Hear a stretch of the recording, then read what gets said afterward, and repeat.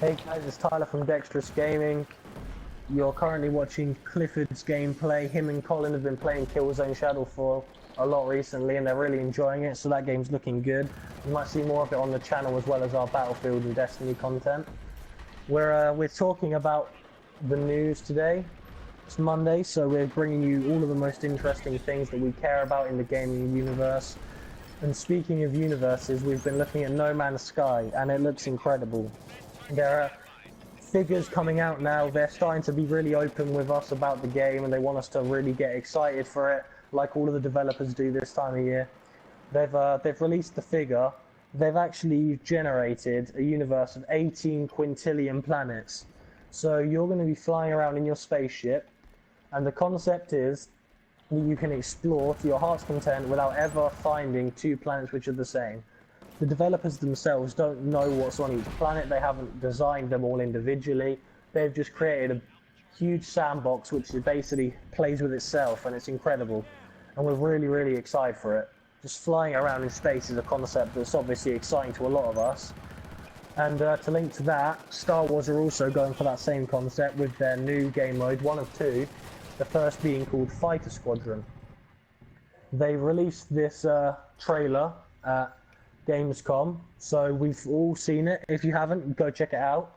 Basically, the game mode is a 40-player map, so it's not a huge map, but it's basically been designed so that you can have dogfights in the air, 10 versus 10, player versus player, but then with 10 AI on each team to make it more epic, more exciting, and to mean that people with a lower skill level don't get caught behind on the battlefield. We think this is going to be awesome. It brings back the ideas of Battlefront 2 on the PlayStation 2. It's just a really nostalgic feeling linking to the films. It's going to be awesome. We've also been looking at the game design and the actual maps that we're going to be playing with when we're actually trying to indulge in all of these amazing game modes, and the developers have taken a different approach on this one. So we obviously know that DICE are in charge of Battlefront and they've taken a different approach to when they made Battlefield 4. So as you know, if you've watched our channel before, you'll probably know Battlefield, but to put it in the simplest terms, they make one big map, and it's often a huge map designed for conquest and rush game modes from Battlefield. And then what they do is, when you play Team Deathmatch, for example, or a smaller map, what they do is they shrink it down and they take a small chunk of that map and they let you play on that part, the part that they think is the most suitable to that game mode. In Battlefront, DICE have done something different, something really refreshing, and they're creating these planets with specific sections each for a different game mode. And we're really excited to see how that plays out. Each game mode is going to have its own section which is designed different sizes and different styles of gameplay. It's going to be awesome because it keeps a consistent and enjoyable piece of art within each kind of genre almost of gameplay, because you'll have like the snowy styled Tatooine, but then you'll have completely different when you're flying above it, and it will make it so that the actual gameplay changes completely every time. It means that it won't be repetitive and you'll be able to enjoy each battle specifically to the game mode instead of just having the same content repeated but in a different style. Cliff is going to talk to you about the second of the two new game modes, and it's called Supremacy. So Supremacy is for people that are used to Conquest and Chainlink on Battlefield. It's so far what we know is that it's going to have 5 major capture points from the details. So basically, the Galactic Empire and the Rebels, they're going to be obviously on each side of the map. And basically what it is that each team is going to have the 2 beginning capture points on their side of the map. So 2 and 2, obviously. And the middle point is going to be open. And that's going to be available for them, or for both sides, to clash in the middle. And whoever captures that point captures the rest of the points in order. So let's say if the Rebels controlled A and B, and the Imperials, right, they controlled A, B. I forgot my alphabets over here. A, B, C, D, E, and D. if they controlled E and D and they took C, they would advance to B, take B, and then they would advance to A, take A, and then the tickets would drain. Whoever has the most tickets at the end of the round would win. This game would also consist of the largest maps, or like the largest scaled maps.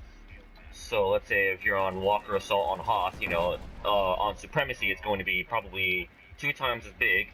And it's also going to feature a wide array of vehicles. So let's say if you're on Endor, you're going to be on a speeder bike with some X-Wings. Or let's say on Sullust, some TIE Fighters, TIE Interceptors, all that good juicy Star Wars nerd stuff.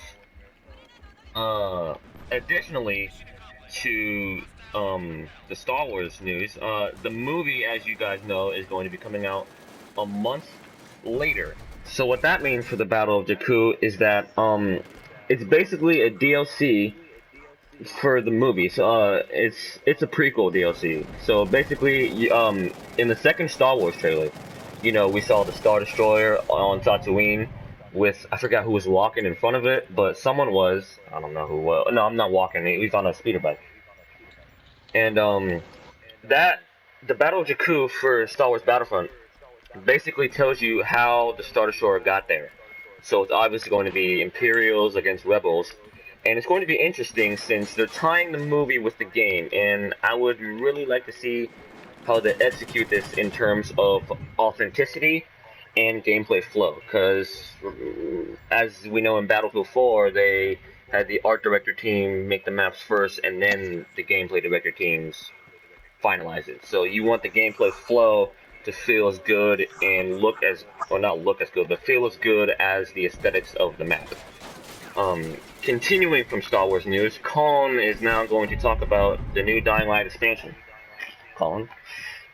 Well, the new Dying Light expansion is going to be called The Following, and it's going to be relatively cheap, like a usual expansion would be, and it's only going to be $15, not too expensive at all.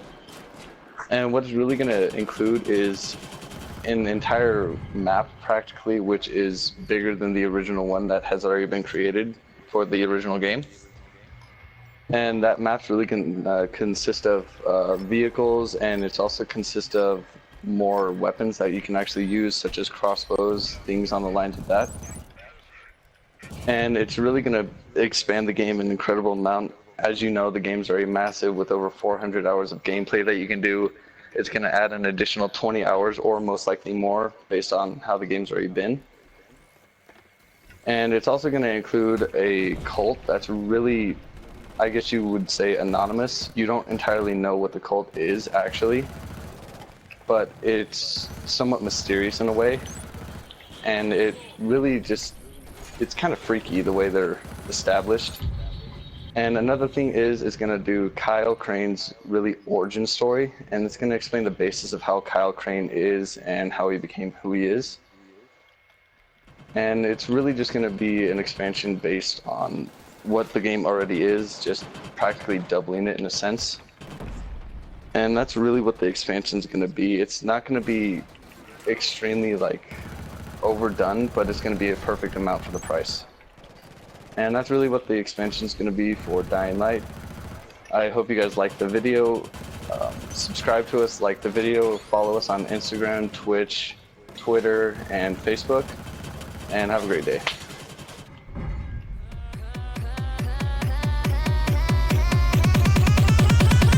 I feel paralyzed.